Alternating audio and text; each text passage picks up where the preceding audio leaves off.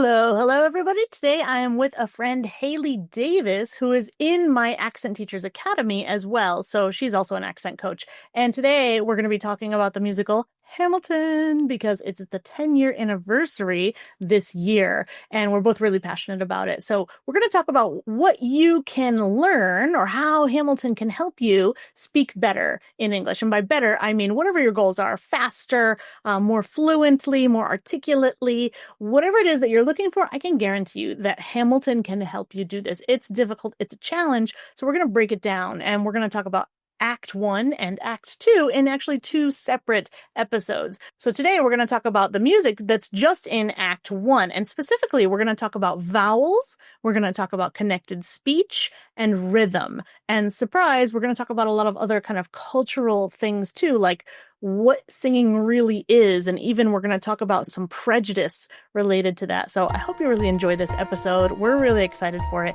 And I will see you soon. Now, on with the show. I'm Bianca, your personal American accent coach, and I'm here to help you master an American accent in English because your voice is your choice when it comes to how you sound. I try to release a podcast episode every 2 weeks, and so you should really subscribe to whatever podcast platform you use so that you don't miss the newest episode. And by the way, if you want to see the full video of the episode, it's available at Accent Coach Bianca on YouTube. Hey, Hayley, welcome again. I'm so glad to see you as usual. And we're really excited today because we're going to talk about one of our favorite things that we have in common, which is Hamilton, another musical. We can't get away from the musicals. It's perfect for talking. That's true. Yeah, that's true. You're like my musical gal now. It's like, oh, want to talk about musicals? Let's see. Is Hayley available? Haley, yes. They're so good for improving your English, whatever your level is. So yeah, I'm always down to talk about another musical. And the anniversary, the 10th anniversary of Hamilton. Are we that old? I know. I think I say this every podcast episode I'm on, though. Am I that old? But I think I am. I remember, when it came out. Exactly. Yeah, absolutely. I was still living in the States at that time. And I remember it's kind of a crazy story. We went out to New Year's Eve one night and we were driving back, I think from Washington, D.C. or something. We were driving through New York City on New Year's Eve, right? And we're like, no way are we stopping in New York on New Year's Eve. But then we were driving by and we're like, let's give it a try.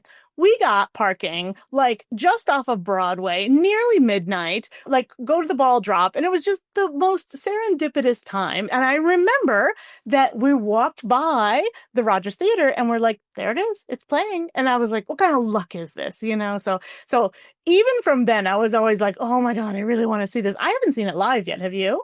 No, I haven't. But I'm also one of those, I'm not a purist in the purist sense of the word, but I feel like I would not like it as much if it wasn't the original cast. Not devastated that I haven't seen, I guess, but I love listening to it. Yeah, there'll probably be multiple reboots of this, I imagine, like in the future, every 10 years, something else is going to come out. But yeah, it's already a classic. I think it was a classic as soon as it came out. And so tell me a little bit about why you love it so much, for example. Why do I love Hamilton? Well, first off, I have always appreciated history, but the school I went to, because it came out when I was in university, we didn't have the best history department. So I remember like connecting with different students there, but our department wasn't the best. So I think that actually would spark us to talk more about history because we kind of were discontent with the current history department. And I remember this one girl telling me there was a hip-hop rap musical about a founding father that I had never heard of. That was my initial introduction, but I kind of, again, history department wasn't great. I thought maybe this history major didn't know what she was talking about either. It hadn't come out yet. And then a few years later, it had already been on Broadway, was still on Broadway. But I was watching just some videos of a comedy sketch club that I talk a lot about with my students because it's also good for building your listening skills. It's called Studio C. And the cast was doing this funny video basically behind the scenes where they were prepping for their next sketch on the platform, I guess, on the stage. So during it, they all had their papers with their scripts, but they were going through the song. It's the last song in the first act It's called Nonstop. Hmm. And I had never heard, like, I had heard of the musical, but I had never heard it. I had never listened to it. So one of the things they did was they're like recording this walking through the studio. There's 12 of them, and they switched parts. So the men did the female versions, and then the women, there was a woman with long red, hair, very ginger, and she was playing Alexander Hamilton. And that was my first taste. And so then I was like, I gotta more about this. This guy is lip sing. They're doing some impressive lip singing. That was Wow. something that really stuck out to me. But yes, that basically was what got me interested was somebody else was posting Like about secondhand, right? Yeah. So there was like a thing about the thing, and you were like, wait, this is a thing. And then you got into that too. But at that time, you were already, I think, into singing in musicals and stuff like that, right?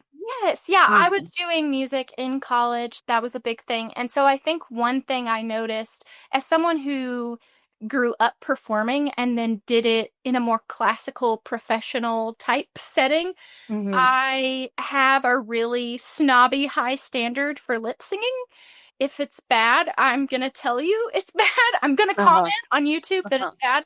And I really liked one of the things is in the song Nonstop, there's this long section where I don't remember, I think it's Aaron Burr is the character, but he's talking about the Federalist Papers. Yeah. And I just really loved because obviously these comedians, they are lip singing to the Hmm. songs.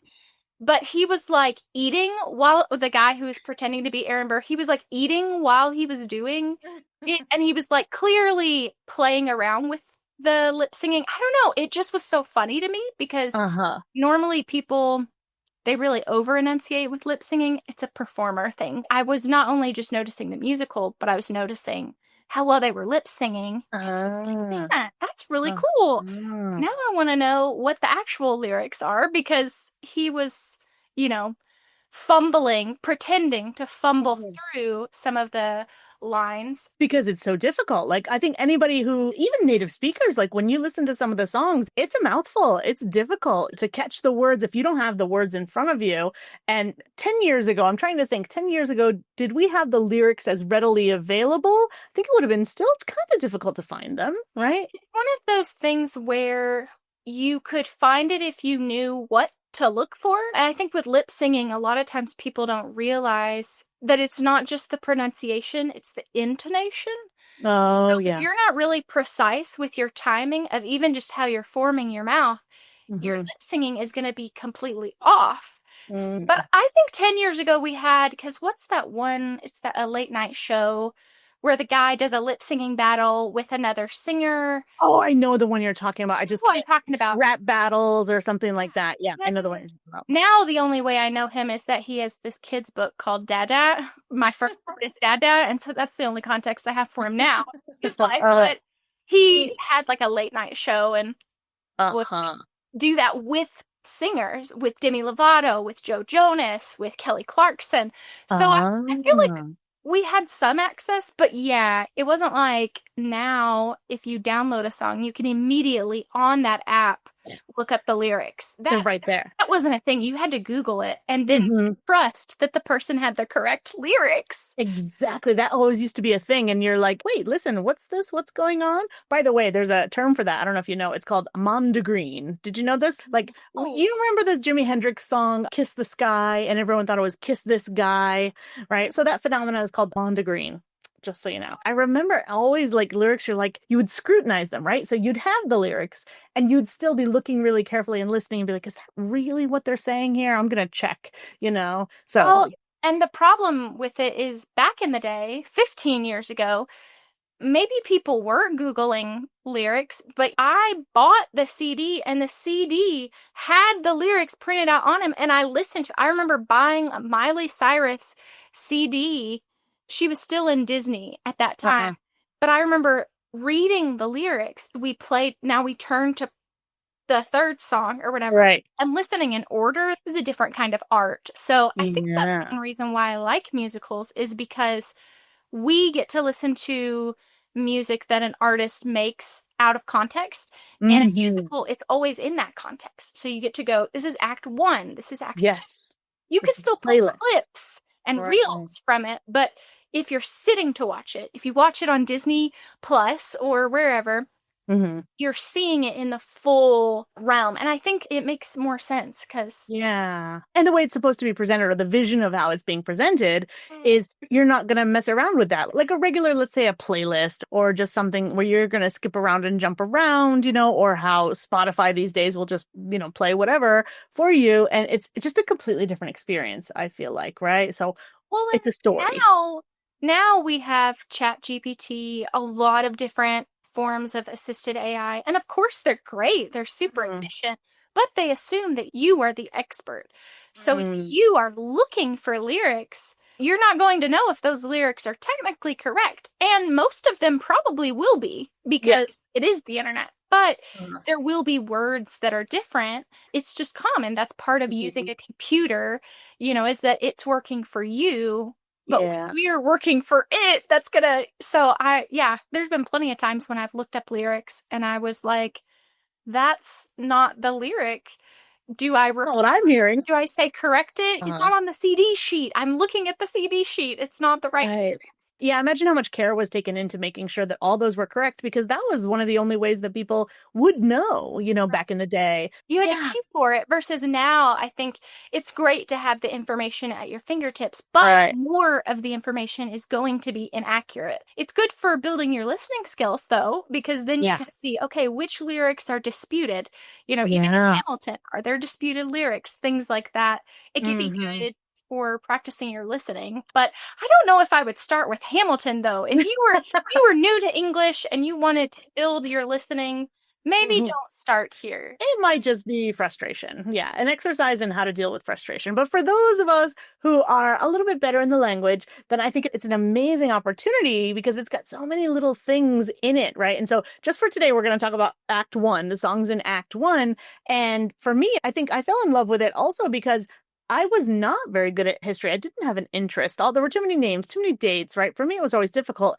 And just put it to music, and I found like, oh, it's easy and I love it. Like that's the only thing I needed. So if all of our other history were put to musicals, I probably would have loved history, when I was a kid. And maybe like you say, with AI now, we can like turn that stuff into it, right? We can already make songs. So I feel like kids today, man, you guys have it easy. So good luck with that. However, speaking of musicals, speaking of history, I'll tell you a fun fact. Every month at my house, I gather a group of nerdy friends and we always watch a musical every month. Well, Oh, when it's in the group, when it's somebody's birthday, they get to choose the musical, right?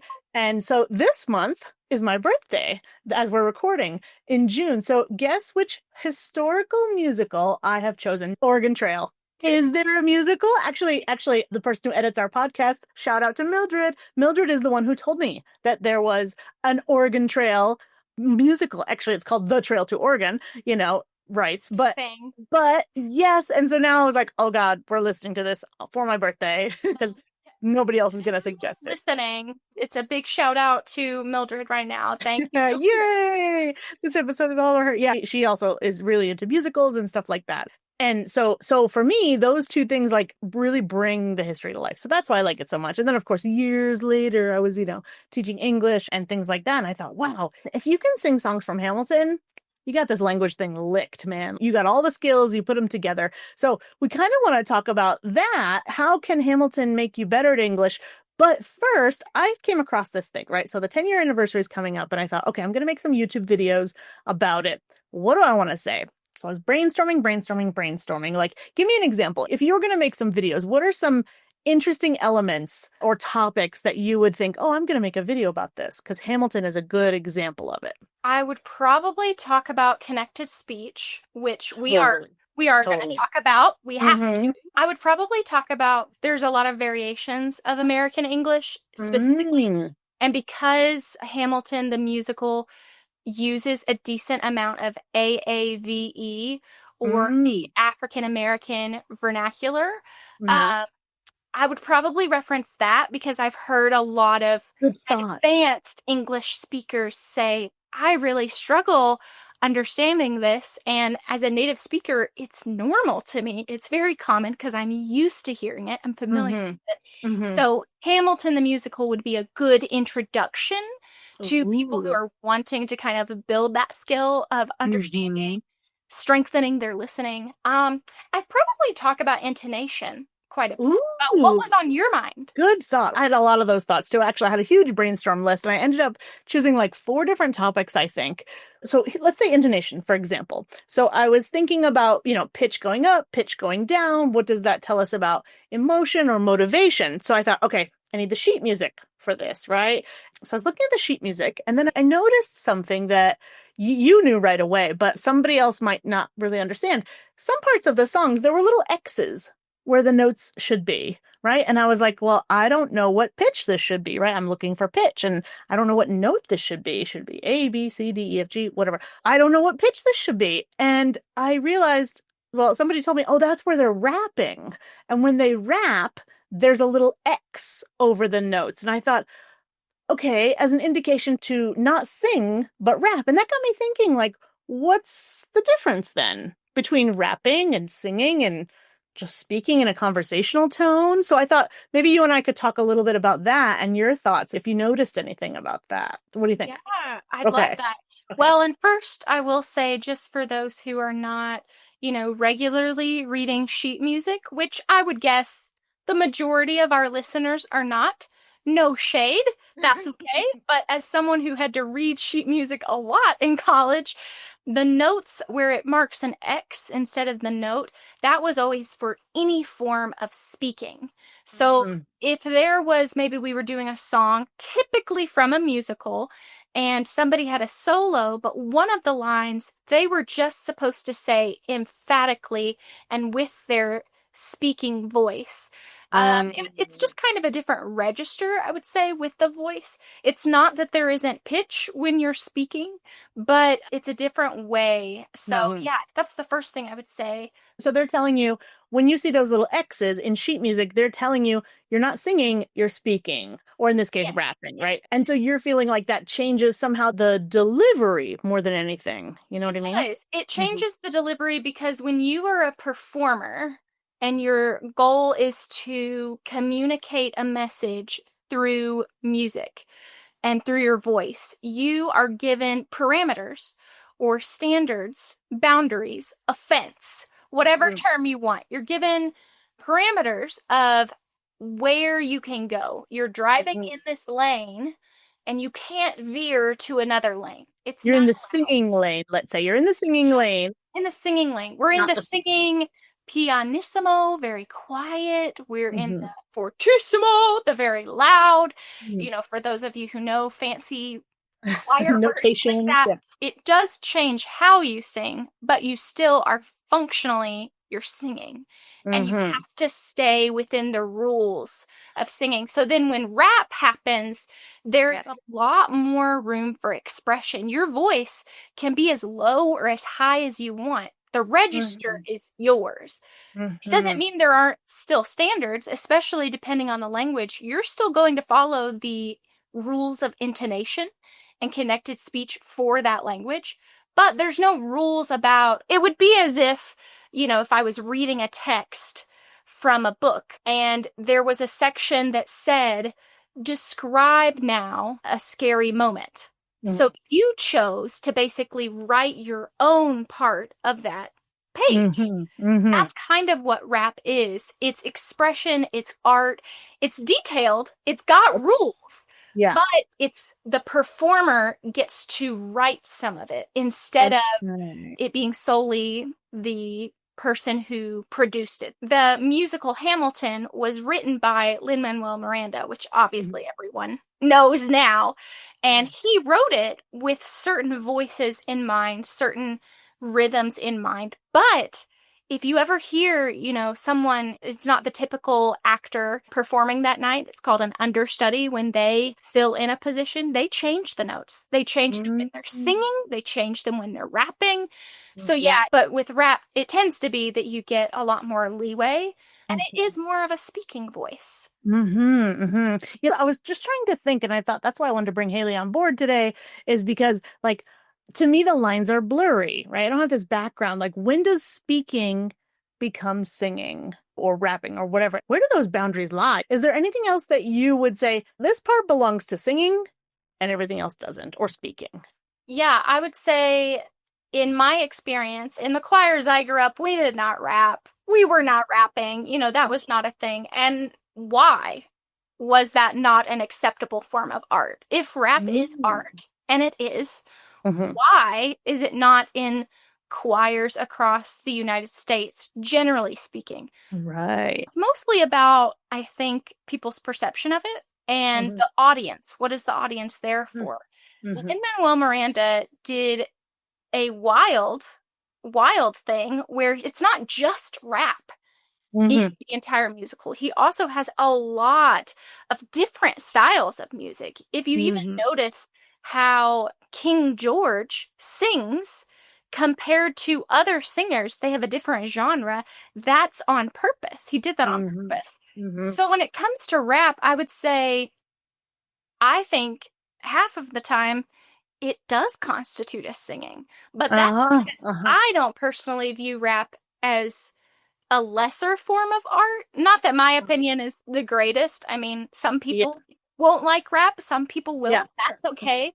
But I Hmm. think generally speaking, because rap was largely a production and an invention by people who were not at the table, who Hmm. were being oppressed in sometimes very strong ways.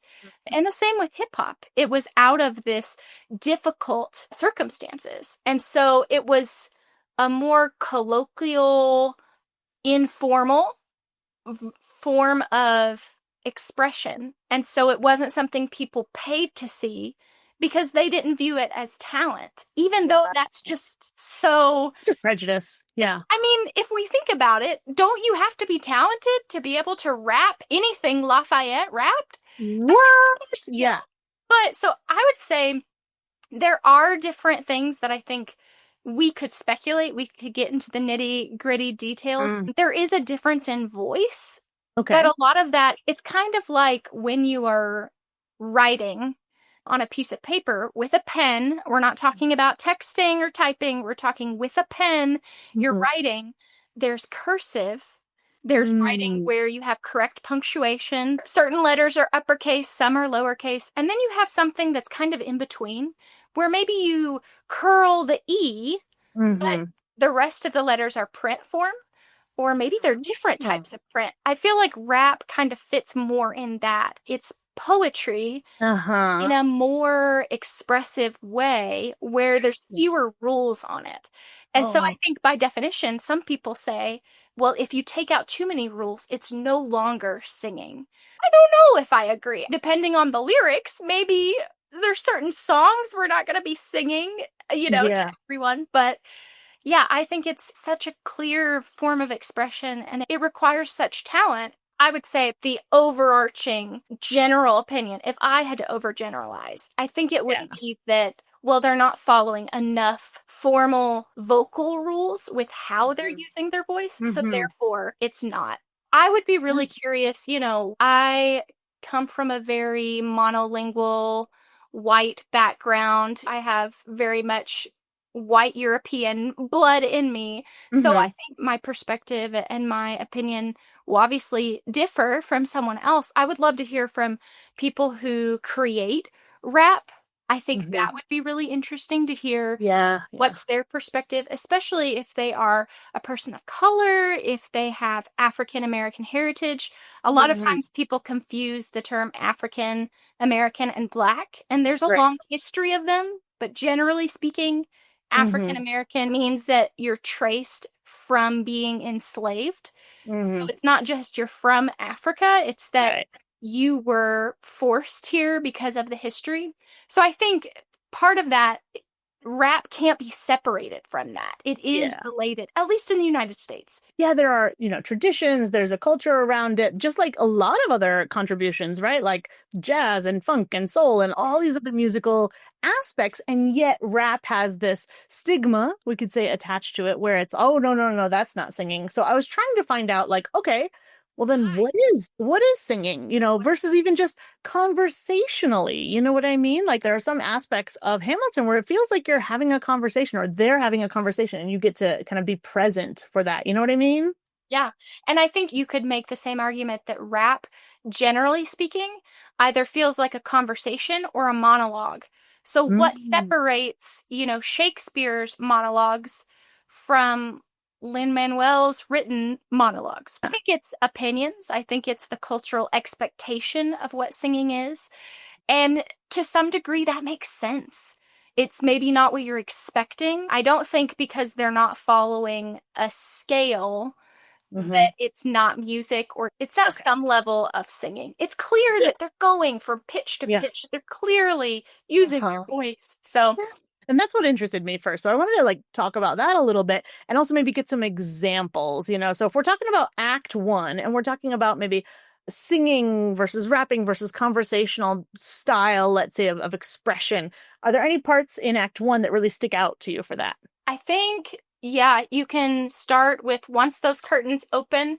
The very first song is Alexander Hamilton. And Mm. I mean, it depends on what we want to talk about. Do we want to talk about the aspects of connected speech? Let's do connected speech. Let's Yeah, start with connected I was speech. about to say, if we're going for connected speech, one of the first lines, there's Alexander Hamilton. My name is Alexander Hamilton. It Mm-hmm. doesn't say my name is where he stops. He says my name is. Ms. Immediately, he's using connected speech. This is Mm-hmm. how the average American speaker would introduce themselves. They would say, my name is blah, blah, blah. They wouldn't Mm-hmm. say, my name is. Mm-hmm. It might sound like we're just making that up. That's a really small thing. But I bet if you've ever listened to a native speaker, you've thought they are speaking way too fast. All these words are like on top of each other. Mm-hmm. That's why. Here's an example of just one tiny section. My Uh-huh. name is. Uh-huh. Uh, Name is, yeah. I think also in that song it says the $10 founding father without a father. Uh-huh. Saying without a Uh-huh. father, Mm-hmm. but Mm-hmm. he's combining without and a. That's a Yeah. very clear example. That's again really common in speech. I think that's the thing about rap. It's going to have more conversational aspects versus singing sometimes will say we can't connect these words, even if we Right. would during speaking. Mm-hmm. Another Mm-hmm. example, this one is interesting because I think sometimes we view connected speech as only connecting two sounds that are clearly in the word, like Mm. without and without a. But sometimes connected speech sneaks in another sound, and that's how you connect those two words. So you see Uh, this when it says the lyric, in New York, you can be a new man. Nope, ah. as a be yeah. Mm-hmm. There's a Mm-hmm. yeah. And why? Why are we throwing Y's everywhere in our connected speech? Uh-huh. Because Uh-huh. of how we make our vowels. If you Mm. listen to Hamilton the musical, he's really focusing on those vowel sounds. And that's Mm. how American English is. It really over enunciates the vowel sounds. So in Mhm. New York, you can be a new man. Yes. Be a. Yes. It's not Absolutely. be a. There Uh-huh. is a connectedness there. They're Mm-hmm. best friends. And whenever we connect vowels, right, you're either going to have a y or a w kind of helping out there, helping you glide. I mean, you know me, I'm like the queen of vowels. And so that's my whole thing. I love vowels in English. And I think, too, singing is, well, at least here, right, the enunciation of the vowels, because there's a spoken word there's a word aspect to this where we need to understand the words, the lyrics to understand the story, right, which is kind of what a musical is. If you don't say the words clearly enough, the whole point is just thrown out the window. And so take that with enunciating vowels very clearly, connecting the speech, right? What's the thing that pops out at us most? We see the vowels again, right? Because sometimes it's difficult to connect consonants and clusters, and it's not easy for our mouth. But our brain, the listening brain, is like, oh, yeah, I got you. If you mess up some consonants, usually it's like, you get a pass. But if you mess up the vowels, that's usually where the information of the word lives. It often changes what the word is. Mm. Exactly. We see this a lot even in where connections happen. Yeah. Later in the song, I think it is My Shot, Hmm. which is still pretty early in the first Hmm. act. Hamilton is, jamming, going in between singing and dancing and rapping and all the things. And he says, rise up, Uh-huh. rise up. He doesn't say rise up. Mm, And because he keeps his mouth open, he over enunciates the uh-huh. vowel. It makes for singing to be a lot easier. Mm, Rise up. He mm. actually goes with what I think the natural intonation would be. That's a really good point. And you just made me think of too, like we're thinking rapping, we're thinking conversational speaking, we're thinking singing as well. And most of the time, where we're going to have the most flexibility is in the vowel. You can make it a little longer, you can make it a little shorter, right? You can play around with that because people need to understand the words. And now we're talking about a creation that has kind of different boundaries because if we're doing connected speech, I'm going to say thrown away, not throwing away, thrown away, thrown away. And so I need to squish things, I need to stretch things, and vowels are where we get that flexibility. I think with languages that are stress-based, which is Mhm. definitely American English, in case you Mhm. didn't know, it really matters which syllable you stress in a word. If you change which one you stress, you change the entire meaning of the Right. sentence.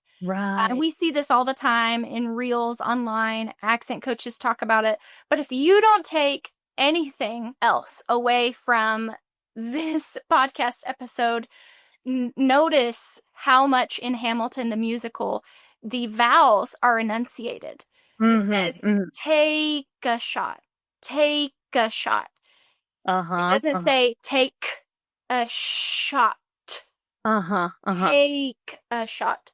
And Yeah, so there's definitely. this emphasis on vowels. And I think that's really the biggest thing that non-native speakers struggle with because Mhm. it feels like you're staying too long in one spot. Right. One of the things that you have to learn is where to linger and where to Mhm. rush. I think Hamilton the musical is a great lesson or That will book teach for you. you to learn, okay, where am I supposed to rush? Because all of the lyrics, you can just read them from a page or from your phone, and it should sound the exact same way as you would hear it in the musical.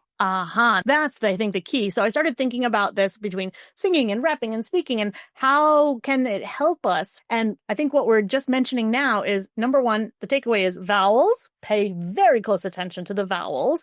And what seems to happen too, especially in this, because it's constructed for this, right? The words were chosen very carefully. I'm sure there were many drafts that went through, but that was so that they would fit well in what? In the rhythm. Because you just said stress based, right? So we're fitting into a certain beat, a certain pattern.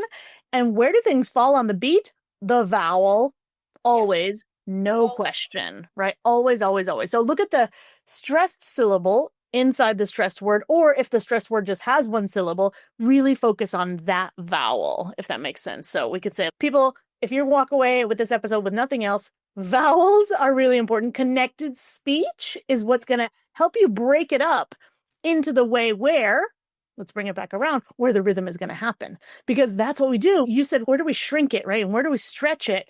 And that's so that it all fits the rhythm. So really, you've got connected speech, you've got your rhythm. They very much go hand in hand. And a lot of people don't realize that they rely on each other and they feed off of each other, right? And what's kind of backing up that whole system and making it possible? The flexibility in the vowels. We're not saying that consonants don't matter. You don't have to learn PH. You don't have to care about these things. I mean, you don't have to care about any of it, but you're Right. here, so we're assuming that you care a little bit. So Right. it doesn't mean that the consonants don't change it. For example, Mhm. if you struggle with the TH sound, especially the hard TH, as in Mhm. the, Mhm. Mhm. that is going to throw off the rhythm of a lot of these raps because the TH is Right. in a lot of them because we say that and this and though everywhere all the time. But it can never be overemphasized how much the vowels are the star. The vowels Mhm. are the star when it comes to English because they're not pure vowels. They make more than one sound almost always. And a lot of them, there's a change in pitch even as you're making the vowel sound. So, Oh, and yeah. that's just with speaking. It's a learning curve there. And that's why I love musicals because I think it helps you get a feel for what is beautiful. because understanding that will be further evidence to help you actually. Totally. In a way, it simplifies it because you have this experience. It's also very visual. And on another aspect, you see, wow, how complicated is this? Like all those things I didn't even know I didn't know, right? Like you think, oh, it's some words on a page. But when you start looking, you're like, okay, connect here and don't connect here. And oh, this one's falling on the beat. So stay a little longer, linger a little bit here. There's just so much you can dig into it so much more, right? And that's what I love about it. It's the complexity and the fact that it kind of never ends because here I am, here we are, native speakers of English our whole life. And the more I look into this, the more I'm like, man, that's A, genius, B, really difficult. So I decided I'm going to talk more about it because it's the anniversary. Yay, I've been waiting for this. And as a part of that, I'm going to do two, get ready, wrap along videos to kind of guide people, through this. And as I was doing that, I literally took what you're saying, the connected speech and the rhythm, and I rewrote the lines in a way. So let's say instead of saying, not going to throw away my shot, I was looking and saying, okay, where are the chunks, right? Not thrown away my, and then shot, like reforming those lines so that you can read it in such a way that you can really start to see it and feel it, if that makes sense. So I had a ton of fun. I think that's awesome. That's got to be so fun. Another thing that's funny is I hear people say, oh, connected speech is too lazy. Why do English speakers do that? That's so informal, as if it's bad, Right. And there are multiple reasons for it. For the people who say connected speech is lazy, do you know that your language has connected speech? Because most of them do. Probably. Spanish, Mandarin, Russian, Arabic, they have connected speech. It's a common form of just how you have a conversation. It's like abbreviating. It's just normal in any language. I get why people can feel frustrated because it is complex. Yeah. But it's a part of how people communicate. So I think it's worth learning if you want to to build that skill of understanding. There's a richness there, And there are rules you can follow that you can learn. You can say, oh, when these are together, you can do this. It's a thing you can study, right? Okay, you're going to have to sit down. You're going to have to look at it and kind of analyze it and learn a thing. And that's work. But then once you do, everything sounds much better. And wouldn't you want to sound better in any language you speak? But by better, what I mean is you feel more confident. You understand, right? You're communicating exactly what you want to communicate, right? Wouldn't you want to do that, in any language? For example, so many people come to me and they chop the ends of the words off. Well, the ends of words in English are super important. That's where information is, right? ING will tell me it's progressive, right? ED tells me it's the past or it's an adjective. We don't want to drop the endings because that's valuable. But in so many other languages, that's totally normal. They drop the end because everyone knows. And so part of their connected speech. Exactly. So, understanding what's culturally available in communication that doesn't take out the meaning. Some things you have to include there. You need a noun, but you don't always need the indirect object. There's things that you don't need. That's one reason why I really like, out of the first act, one of my favorite songs is Nonstop. And I think we're going to include the link to the video that I referenced earlier where the Studio C cast. But that's one reason why I really love that song, is because it's not just one style. It's not just rap. It's not just this formal, Broadway kind of singing. And a lot of the performers are singing. They're in the song. So I think for me, it was this beautiful wrap up of the whole first act. And especially as someone who didn't really know what was going on, I felt like, oh, this really gave me a lot of information about what was happening in this moment. In the room where it happened, you mean? Yes, in the room where it happened. But even think about that. When we say that, the room where it happened, we don't say the room where it happened or the room where it happened. We're focusing on the room. That's the thing we're emphasizing. Yeah. And that brings us back to the idea of rhythm, right? So this idea of what do I elongate and what do I minimize here, right? What do we minimize? You just said it a moment ago. I can't get rid of the nouns. I can't get rid of the verbs. Those I have to stretch. Those are important. But things like articles and sometimes prepositions, right? Or pronouns, that's where we're going to get our squish in our rhythm. and so that we can get our stretch in the other things too. We've also got grammar too in the language. It's so complex, I would say. That's why this musical came out to me as such a work of genius, right? Just kind of like took everyone, I think, by surprise. It made a huge splash because of what you said too, right? There's the racial aspect to it. There's the art form aspect to it. And so I don't know about you, but like, I love it. I want to talk more about it. So you and I, we're actually going to do another podcast episode. We talked more about rhythm and connected speech and vowels. And so we're going to have another episode, but we're going to use Act 2 examples to talk about some other topics about how Hamilton can help you. Let's say goodbye to everybody for now. We'll come back. But you know what I just realized? I don't think you introduced yourself today. So We didn't. let's introduce you and tell people where they can find you. So tell us a little bit about you and maybe how we know each other. Yes, I am a certified American accent coach. I'm super passionate about working with mostly medical professionals and healthcare workers, as well as moms, just any mom. I love working with moms, empowering them. My favorite classroom is probably the kitchen, I would say. I like to use that because I feel like it's very everyday English oriented. We all eat. And I think it makes English really relatable. Oh, and I think part of the reason I love working with moms is because I love helping people develop whatever accent they want without losing their culture. And especially as a mom, you're often instilling and teaching your children your culture. And there can be this divide feeling like I have to do only English with my kids in order for them to thrive or for me to thrive. And I love supporting you in whatever accent you want to master alongside keeping your own culture, not losing your identity. But yeah, I love coming on your podcast. It's always fun to chat. We're always talking, usually about musicals. Yeah, these days about musicals, exactly. And then you're also in the teachers club that I have. So we have a teachers academy where people learn how to do this stuff. We network, we solve all of our problems, in this amazing group of people. And so you've been there for a long time. I wanted to shout out for that too, because you're also helping other teachers learn their craft and how to apply it too, and kind of figure out their identities as well. So love having you there. Love it, love it. And also, Hayley, can you tell us like where people can find you? Then, I mean, do you have Instagram? Do you have Facebook? What platforms are you working on? Yes, you can find me posting regularly on LinkedIn, Instagram. Occasionally I post on Facebook and YouTube, but I try to keep the main thing the main thing. My channel is Fluent with Hayley. It's Hayley. I'm sure you have to spell your name for everyone. So do I. Yeah. So I understand that struggle. Awesome. So we can come along on the ride with you and learn more about it with you. So that's perfect. So let's say for today, let's say goodbye to the audience. We'll see you next time for part 2, or shall we say Act 2, right? Yes. See you guys soon. Everybody, bye. Bye guys. See you soon.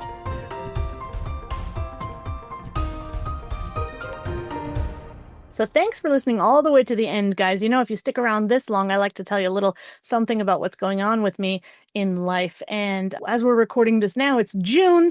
It's almost my birthday. You heard me mention earlier that I like to have a musicals group that comes over and we watch musicals together once a month. Well, this month we're watching the musical called Trail to Oregon, which is based on this very famous event/game from my youth. So not to give away my age, but I'm old enough to have had a single computer in my classroom when I was a kid, and we would line up in our recess and we would take time to play this game. And this game was called the Oregon Trail. And basically everybody dies every time. But I don't know why we loved playing this game. Well, for my birthday, one of my best friends bought me this handheld retro version of the game. So I'm really excited about that. And if you don't know about it, look for The Oregon Trail. It's a game you can play, or the musical, The Trail to Oregon. So that's what I wanted to tell you today. Thanks so much for listening today. And guys, stick around for part 2, because we're going to talk more deeply using the music